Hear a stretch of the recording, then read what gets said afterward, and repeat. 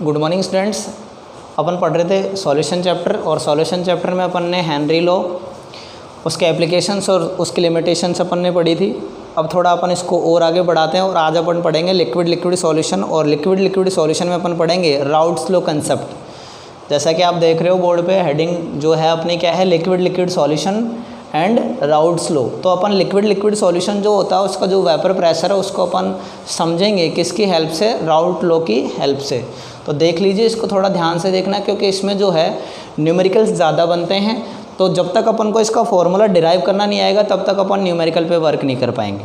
तो प्लीज़ आप लोग थोड़ा कंसंट्रेशन बनाए रखें और अपनी कॉपी और पेन, नोटबुक और आपका पेन जो है वो लेके बैठे ताकि इसको नोट करते रहे। एक बात का ध्यान रखना, जब मैं लिख रहा हूँ, समझा रहा हूँ, उस टाइम आपको नोट नहीं करना है। आपको मैं अलग से टाइम दे दूंगा स्क्रीनशॉट लेने के लिए, फिर आप वापस इसको लिख सकते हो जब स्क्रीनशॉट ले लो उसके बाद। यदि आप समझाते टाइम यदि इसको लिखने बैठ जाओगे तो थोड़ा मिस हो सकता है कोई पॉइंट, ठीक है। देख लीजिए, सॉल्यूशन जो होता है, सॉल्यूशन लिक्विड का सॉल्यूशन यदि है तो उसमें कुछ कंडीशंस हो सकती है। पहली कंडीशन ये हो सकती है कि दोनों लिक्विड में से एक लिक्विड वोलेटाइल नेचर का हो सकता है और एक लिक्विड जो है वो नॉन वोलेटाइल नेचर का हो सकता है। यदि दोनों ही वोलेटाइल नेचर के हैं तो भी कोई दिक्कत नहीं है, और एक वोलेटाइल नेचर का है तो भी कोई दिक्कत नहीं है। अपन को तो दोनों का ही क्या करना है, वेपर प्रेशर जो है वो पता लगाना है। बस इतना सा डिफरेंस रहेगा दोनों में कि यदि आपके पास में दोनों कंटेंट में से एक कंटेंट नॉन वोलेटाइल है तो उसका कोई वेपर बनेगा ही नहीं। अब उसका वेपर बनेगा ही नहीं तो उसका वेपर प्रेशर कहाँ से बनेगा, बस इतना सा ज़रूर ध्यान रखना है। बाकी यदि दोनों ही वोलेटाइल नेचर के हैं तो दोनों का क्या होगा, वेपर प्रेशर जो है वो जनरेट होगा और उसको अपन कैलकुलेट कर सकते हैं। देखिए, मैं एक एग्जाम्पल बता रहा हूँ। जैसे आपके पास में है, आपने वाटर में, आपने वाटर के साथ NaCl को ऐड कर रखा है, तो वाटर हो गया आपका A कंपोनेंट और NaCl हो गया आपका B कंपोनेंट। अब आप अच्छे से जानते हो कि वाटर जो है उसकी तो वेपर बन सकती है, इसकी तो वेपर फॉर्मेशन हो सकती है, ये तो वेपर बनाएगा, लेकिन आपको पता है कि NaCl जो है वो वेपर नहीं बनाएगा। अब आप यहाँ बैठे रहो कि मेरे को A का भी वेपर प्रेशर कैलकुलेट करना है और B का भी करना है, तो ये पॉसिबल नहीं है क्योंकि यहाँ पर ओनली A का ही वेपर प्रेशर जो है वो आपको मिलेगा, क्योंकि वेपर किसकी बन रही है, A की बन रही है, B की तो वेपर बन ही नहीं रही। क्लियर है चीज़। तो हम आज ऐसे लिक्विड्स लेंगे इसमें जिनकी दोनों की ही क्या बनती है, वेपर बनती है। देख लीजिए, थोड़ा इसको ध्यान से देखना। देखिए, सबसे पहले मैं बात कर रहा हूँ, एक कंटेनर में अपन ने एक लिक्विड लिया, एक कंटेनर है, इसमें आपने क्या कर लिया, एक लिक्विड ले लिया। ये हो गया आपका लिक्विड 1, ये हो गया आपका लिक्विड 1। क्लियर है। एक दूसरे कंटेनर में आपने एक और लिक्विड लिया, बोथ आर वोलेटाइल नेचर। इस चीज़ का ध्यान रखना, यहाँ पर हमारे दोनों ही लिक्विड क्या है, वोलेटाइल नेचर के हैं। ये दूसरा कंटेनर लिया आपने,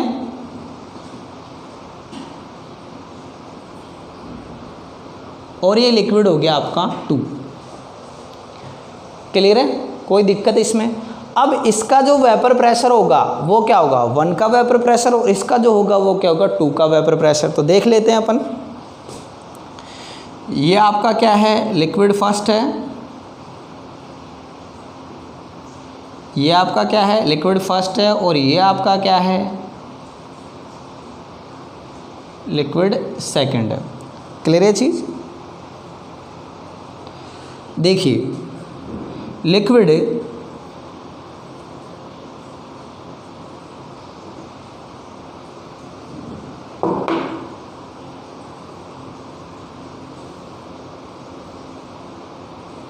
लिक्विड फर्स्ट जो है हैज़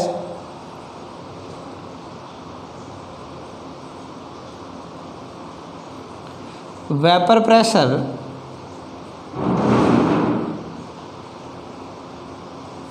इन प्योर फॉर्म। क्या है इसका, P1 नोट। ये चीज़ ध्यान में रखना आप।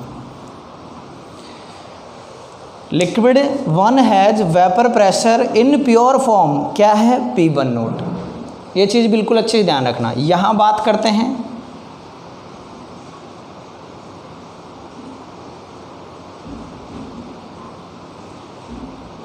वेपर प्रेशर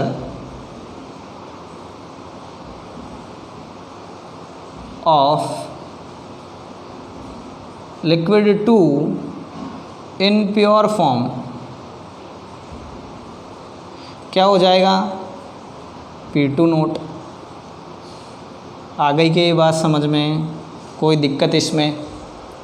मेरे हिसाब से कोई परेशानी होनी नहीं चाहिए। हमने लिक्विड 1 लिया, फर्स्ट लिक्विड लिया हमने, और फर्स्ट लिक्विड क्या है वोलेटाइल नेचर का है।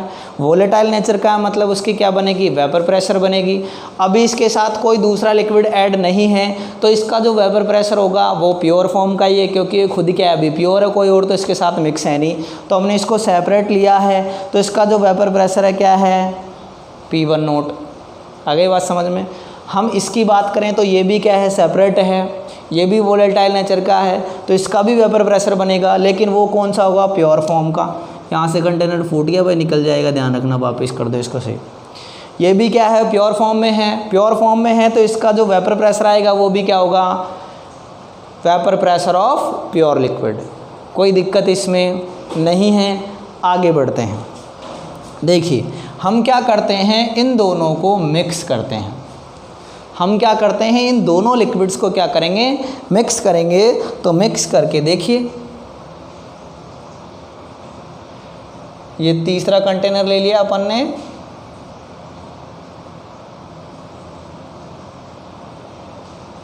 अब यहाँ पे एक तो हो गया आपका लिक्विड फर्स्ट और एक हो गया आपका लिक्विड सेकंड। इसमें अपन ने क्या कर लिए दोनों लिक्विड जो है वो फिल कर लिए। आगे क्या बात समझ में क्लियर है? कोई दिक्कत?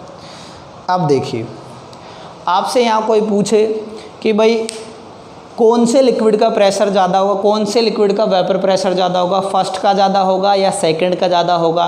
तो आप यदि जनरल आइडिया देखो तो आपको यदि इसको अमाउंट देख के पता लगाना हो कि इसमें लिक्विड फर्स्ट की क्वांटिटी ज़्यादा है, इसका मतलब उसकी वेपर ज़्यादा बनेगी तो उसका वेपर प्रेशर ज़्यादा होगा। और यदि आपको दिख रहा है कि लिक्विड सेकंड ज़्यादा है तो लिक्विड सेकंड के वेपर ज़्यादा बनेगी तो उसका वेपर प्रेशर ज़्यादा होगा। लेकिन कंडीशन ये है कि दोनों लिक्विड्स को आपने मिक्स कर दिया है और ऐसा पॉसिबल नहीं है कि दो लिक्विडों को आप मिक्स करने के बाद ऐसे आंखों से देख के बता सको कि इसमें ए ज़्यादा है या बी ज़्यादा है। क्लियर है? तो इसको हमको क्या करना पड़ेगा केमिकली इसको अपन को टेस्ट करना पड़ेगा। केमिकली टेस्ट करने के लिए अपन को क्या करना पड़ेगा, अपन को ये चीज़ देखनी है कि यदि अपन को ये पता चल जाए कि किसके मोल फ्रैक्शन ज़्यादा है तो उसके ही क्या होंगी वेपर प्रेशर ज़्यादा बनेगी और उसका ही वेपर प्रेशर क्या होगा ज़्यादा होगा। तो यानी कि ये जो चीज़ है वेपर प्रेशर जो है वो हम किससे निकाल सकते हैं मोल फ्रैक्शन से।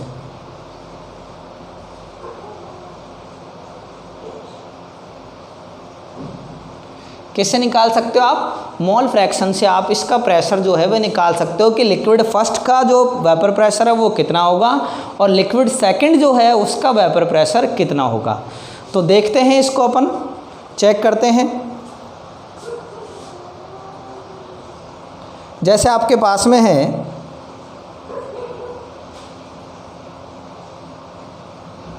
लिक्विड फर्स्ट जो है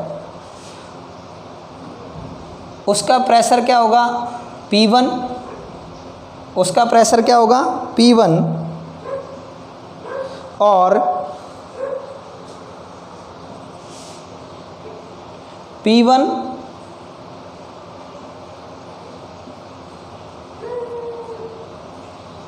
vapour pressure in liquid. Liquid 1 का जो है लिक्विड 1 का P1 वेपर प्रेशर होगा किसमें लिक्विड में। क्लियर है? लिक्विड 2 की यदि बात करें तो इसका P2 प्रेशर होगा P2 वेपर प्रेशर होगा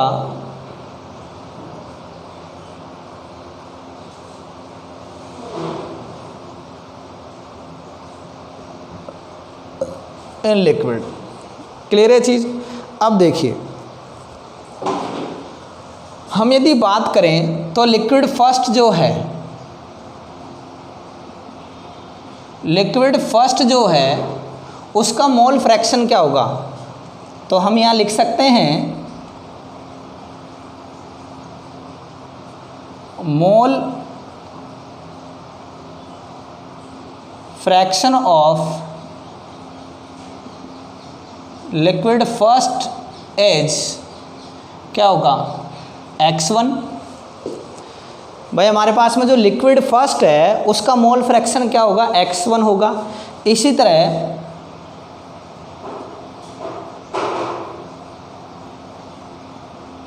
मोल फ्रैक्शन ऑफ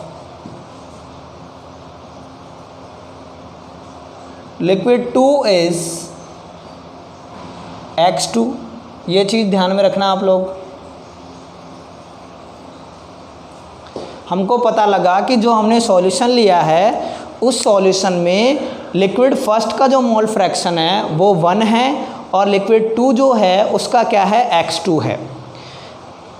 1 का तो क्या है? x1 और 2 का क्या है? x2। क्लियर है ये चीज़? कोई दिक्कत इसमें? अब देख लीजिए। अब कंडीशन ये कहती है कि P1 जो है वो डायरेक्टली प्रोपोर्शनल होगा x1 के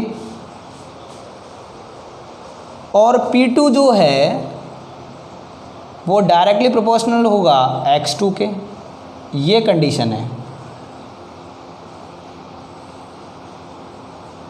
यानी फर्स्ट लिक्विड का जो प्रेशर है, वेपर प्रेशर है, वो उसी के मोल फ्रैक्शन के डायरेक्टली प्रोपोर्शनल होगा। इसी तरह सेकंड लिक्विड का जो वेपर प्रेशर है उस सेकंड लिक्विड के मोल फ्रैक्शन के डायरेक्टली प्रोपोर्शनल होगा। क्लियर है चीज़? अब हमको क्या करना है? ये सिंबल हटाना है। ये सिंबल हटेगा कब? जब यहाँ पर कोई कांस्टेंट वैल्यू लगेगी। तो मैं यहाँ कांस्टेंट वैल्यू लगा देता हूँ P1 equal to P1 nought x1 और यहाँ लगा देता हूँ P2 equal to P2 nought x2। अब देखिए मैंने यहाँ पर P1 को कांस्टेंट माना है और यहाँ पर मैंने P2 को कांस्टेंट माना है। कैसे माना है वो चीज़ मैं आपको प्रूव करता हूँ, थोड़ा सा समझ लीजिए उसको। देखिए आप ये अच्छे से जानते हो कि P is directly proportional to x। Clear है चीज़? तो जैसे मैं ये ले लूँ P A is directly P1 is directly proportional to x1 और देखिए x1 प्लस x2 बराबर क्या है? 1। क्लियर है चीज़? अब देखो मैं कंप्लीटली इसी की बात कर रहा हूँ, इसकी बात नहीं कर रहा, इसकी बात नहीं कर रहा हूँ, इसकी भी मैं बात नहीं कर रहा हूँ, इसकी भी मैं बात नहीं कर रहा हूँ, मैं केवल इसकी बात कर रहा हूँ, ओनली इसकी बात कर रहा हूँ। क्लियर है? तो ये क्या है? ये किस कंडीशन में है?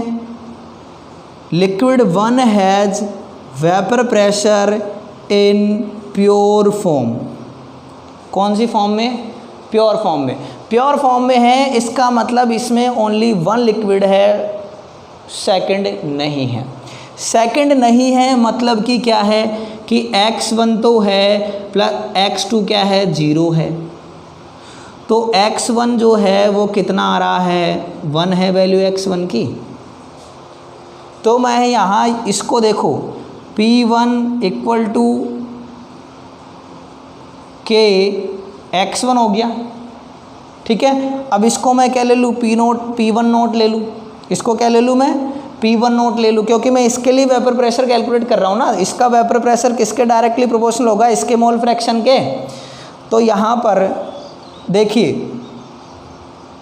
P1 nought equal to K into x1 और x1 की वैल्यू क्या आ गई? 1 आ गई। तो अपन इसको रखे P1 nought equal to K into 1। तो P1 नोट जो है उसकी वैल्यू क्या आ गई? K के बराबर आई नहीं आई। यानी कि P1 नोट जो है वो कांस्टेंट के इक्वल आया नहीं आया। और यदि आ गया है तो हम इसको कहाँ रख सकते हैं? यहाँ रख सकते हैं। आगे की बात समझ में मैं एक बार फिर इस चीज़ को बता रहा हूँ आप लोगों को कि यदि हम इन दोनों को कैंसिल कर देते हैं, हम सिर्फ इसकी बात करते हैं, तो P1 नोट जो है वो x1 के डायरेक्टली प्रोपोर्शनल होगा। P1 नोट इक्वल टू इसको हटाया तो K यानी कांस्टेंट, हेनरी कांस्टेंट लगाते ना अपन, K x1। अब x1 प्लस x2 क्या होता है, 1 होता है, लेकिन ये प्योर है तो x2 का तो कोई रोल ही नहीं है। अब x2 का रोल नहीं है तो ये क्या हो गया, 0। तो x1 बराबर क्या हो गया, 1। तो x1 की वैल्यू मैं यहाँ रखूँ तो ये क्या हो गया, K रह गया। तो P1 नोट जो है वो क्या हो गया, K के बराबर आया, नहीं आया। तो इसको मैंने K के बराबर, यानी कांस्टेंट है, यही तो वैल्यू यहाँ रखी है। फर्स्ट सॉल्यूशन के लिए मैंने P1 नोट कांस्टेंट ले लिया, सेकंड सॉल्यूशन के लिए मैंने P2 कांस्टेंट ले लिया। There is any problem? नहीं है, मैं इसको इरेज कर रहा हूँ।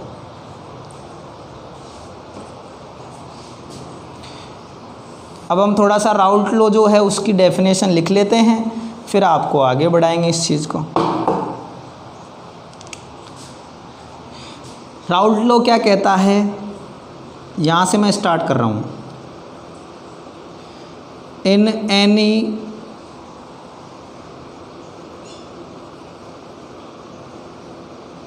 Liquid solution, in any liquid solution, liquid solution का मतलब क्या होगा, liquid,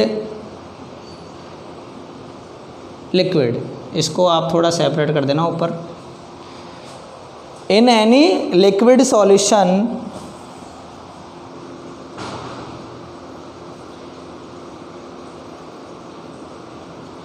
partial pressure of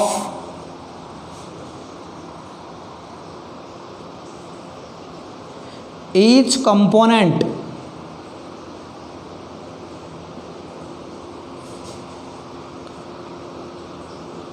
is directly proportional to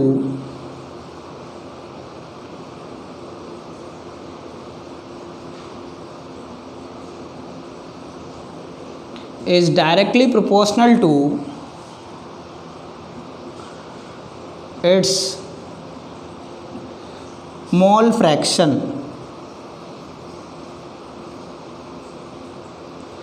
in this solution।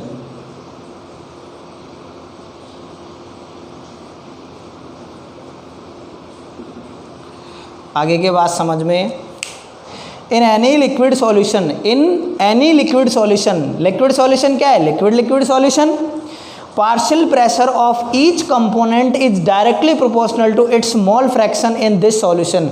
कोई भी जो लिक्विड सॉल्यूशन होता है उस लिक्विड सॉल्यूशन में, in any liquid solution partial pressure of each component is directly proportional to its mole fraction in this solution. कोई भी जो सॉल्यूशन है, लिक्विड सॉल्यूशन है, उसमें 2 या मोर देन 2 कंपोनेंट्स है। वैसे तो बेसिकली हम बाइनरी सॉल्यूशंस की बात कर रहे हैं, और मैं आपको इंट्रोडक्शन क्लास में बता चुका हूँ। बाइनरी सॉल्यूशन का मतलब होता है there are 2 components are present in solution, in which first is solute and second is solvent. Clear है? तो मैं आपको यहाँ बता दूँ कि कोई भी जो लिक्विड सॉल्यूशन होता है, उस लिक्विड सॉल्यूशन में जो पार्शियल प्रेशर होगा वो ईच कंपोनेंट का, वो उस कंपोनेंट के मोल फ्रैक्शन के क्या होता है, डायरेक्टली प्रोपोर्शनल होता है। यदि मोल फ्रैक्शन उसका बढ़ेगा तो उसका वेपर प्रेशर भी बढ़ेगा, और यदि उसका मोल फ्रैक्शन डिक्रीज होगा तो वेपर प्रेशर भी क्या होगा, डिक्रीज होगा। मेरे हिसाब से ये थिंक आपको समझ में आ गई होगी। अब अपन इसको आगे देखेंगे।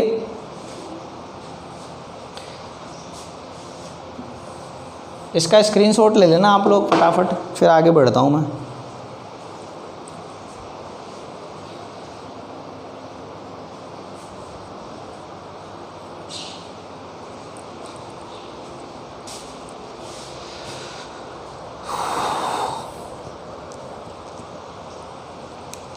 यहाँ आप लिख सकते हो, लिखना चाहो तो इस जगह पे, according to Raoult's law.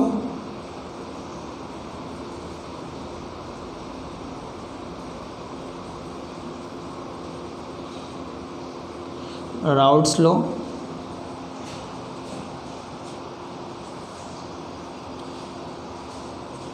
P total equal to, मैं यहाँ लिख देता हूँ ताकि आपको ज़्यादा टेंशन क्रिएट नहीं हो माइंड में।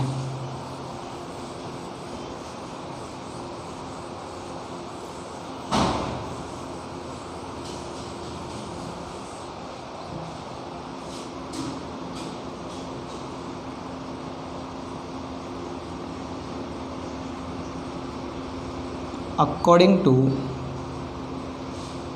Raoult's law, P total equal to P1 plus P2, ठीक है। और P1 क्या मिला है अपन को, ये, और P2 क्या मिला है, ये मिला है। तो अपन इसको लिख सकते हैं P total equal to P1 क्या है, P1 nought x1 plus P2 nought x2। अब यहाँ से राउल्ट लॉ के साथ साथ इसमें क्या लग जाता है, Dalton's law of partial pressure.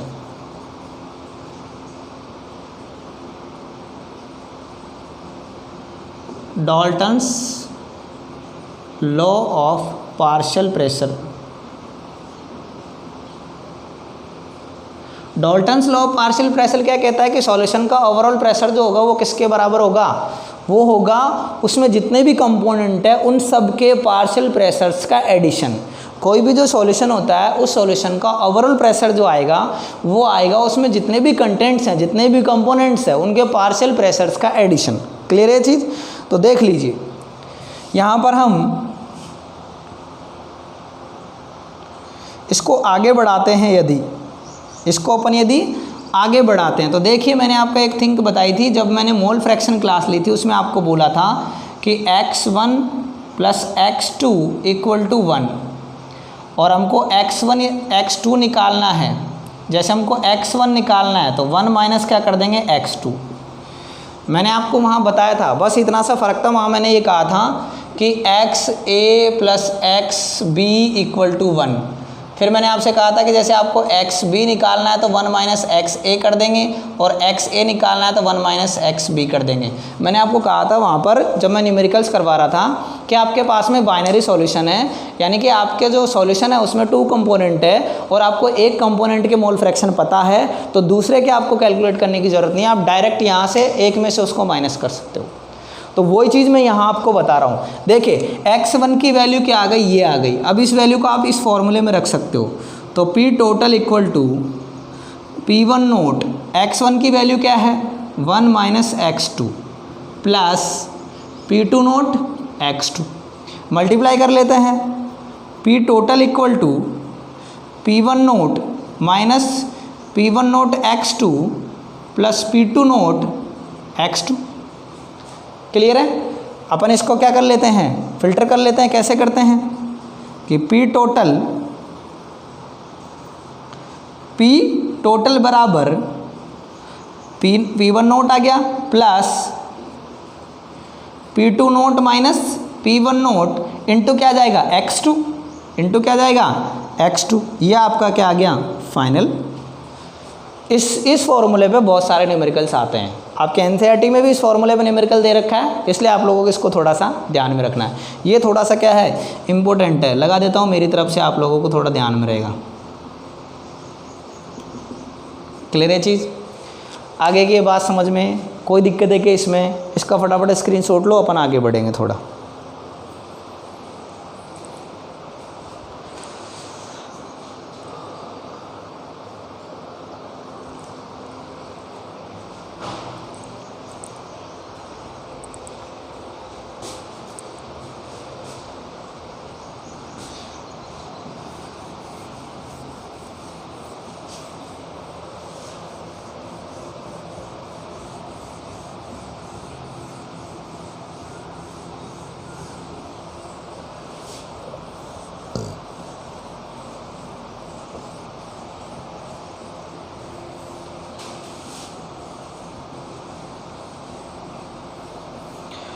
अब देखिए ये जो फॉर्मूला है आपका P total equal to P1 nought, या मैं इसको पूरा ही लिख देता हूँ ताकि आपको कन्फ्यूजन नहीं रहे। P1 प्लस P2, तो P total equal to P1 nought x1 plus P2 nought x2। मैं इसको थोड़ा आपको ग्राफिकली रिप्रेजेंट कर रहा हूँ ताकि आपके ये बिल्कुल कंसेप्ट जो है अच्छे से क्लियर हो जाए। देखिए हम एक ग्राफ प्लॉट करते हैं। ये जो ग्राफ है, इस ग्राफ पर हम क्या करते हैं कि जो x एक्सेस है उस पर तो हम लेते हैं मोल फ्रैक्शन, x एक्सेस पे तो हमने क्या लिया, मोल फ्रैक्शन लिया, और y एक्सेस जो है इस पे हम लेते हैं पार्शियल प्रेशर या वेपर प्रेशर ले सकते हो, आप बोल सकते हो इसको वेपर प्रेशर।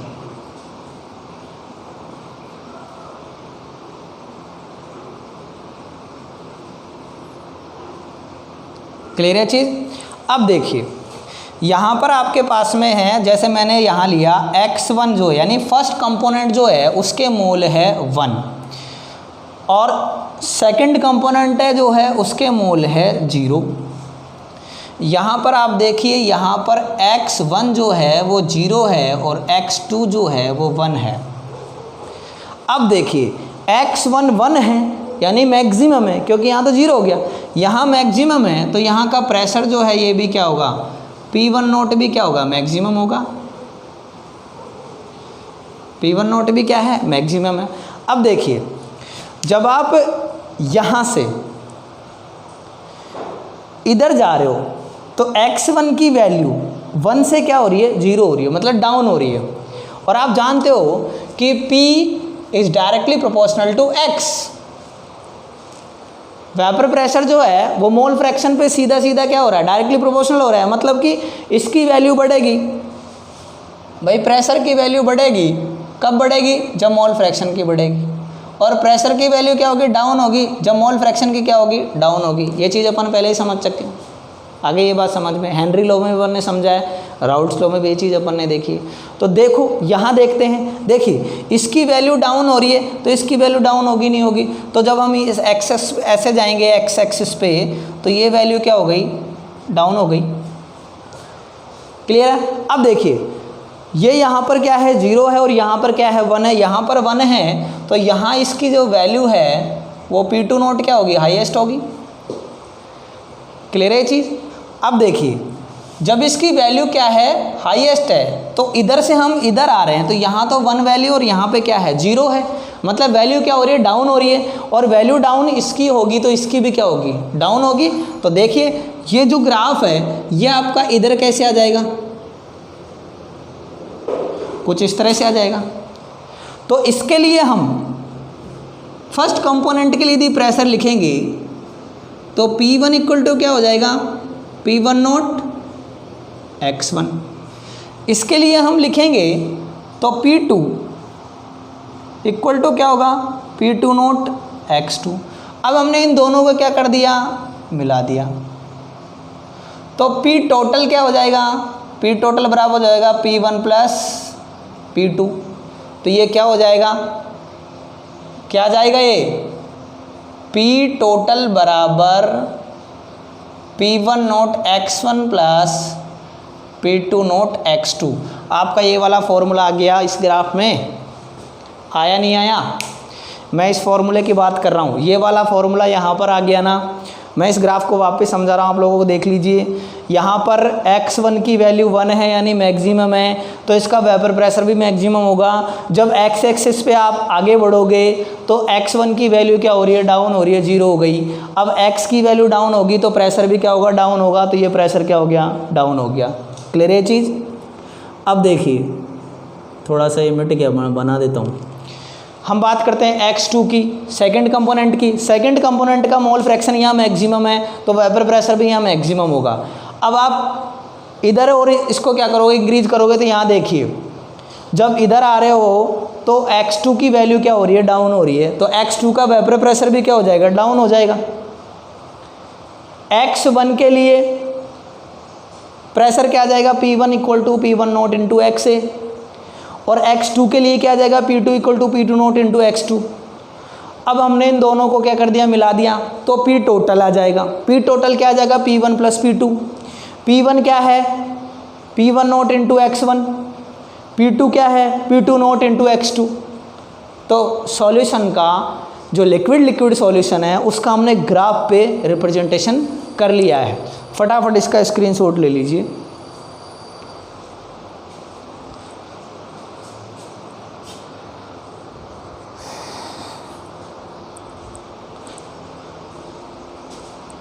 ले लिया आप लोगों ने स्क्रीनशॉट, तो बहुत अच्छी बात है।